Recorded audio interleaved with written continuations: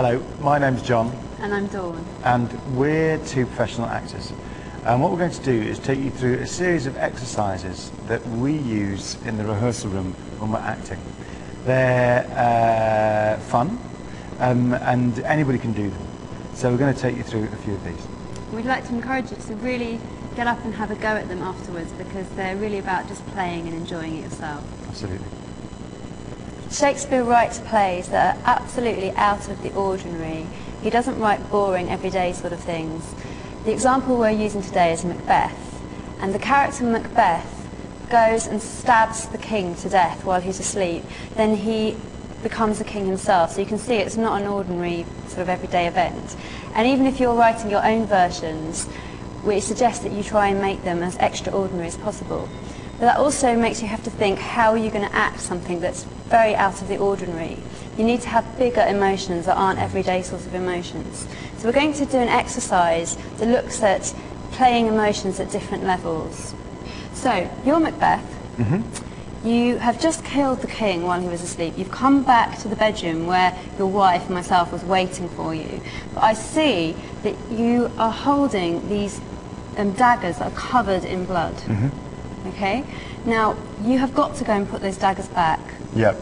Otherwise, we're going to get caught. Yep. So how do you feel about that? I don't want to do it. Shakespeare writes that Macbeth says, "I'll go no more," which in modern language would be, "I'm not going." And to me, he sounds fairly terrified. Okay.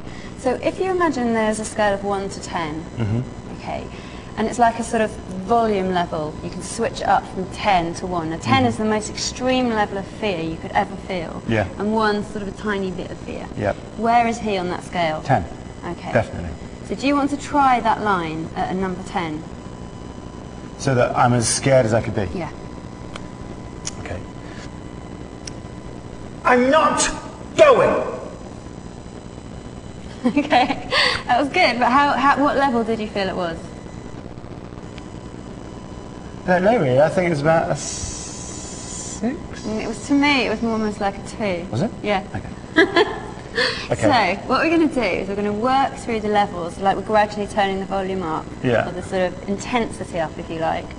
And so we're going to start from a number 1, Yeah. and we're going to gradually work up to a number 10. So when you Okay. get to number 10, you couldn't get any bigger or any more intense and extreme.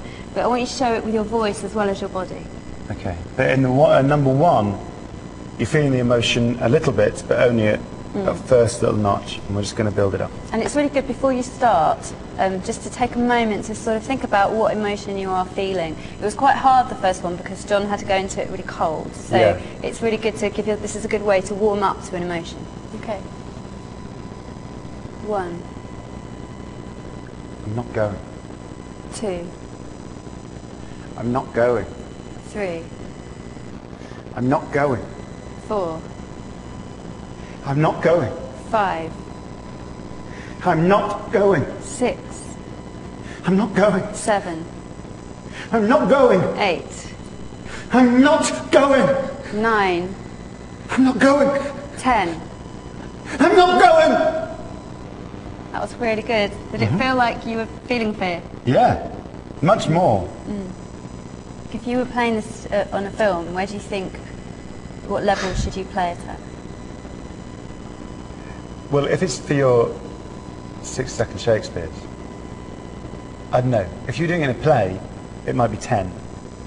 But if you were doing it in a film, I don't know. I think maybe 3 or 4, 5. Yeah, and if you were playing for the film, you might find that doing a close-up on a level 10 would be just too intense. I'm not going! But a close-up on a level 1 might work really well. I'm not going. A long shot, so if the camera was far away, on a level 10 might work very well. I'm not going!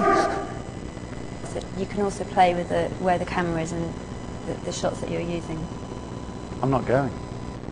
Also, for anyone who's directing, or if you're directing each other, or your teachers are, it strikes me it's a really good way that if you, instead of saying do it loud, act louder or act better or anything like that, you can say, well, I think you're about a number 2 than you did at that time. So can you try it if you're a number 8, or the other way round, if someone was doing some massive big bit of acting, you can say that was a number 9. You can help tone it down a bit. Can you just turn it down a little bit? It's not a criticism, it's just different, that we play things on different levels, and that's really interesting just to play with those.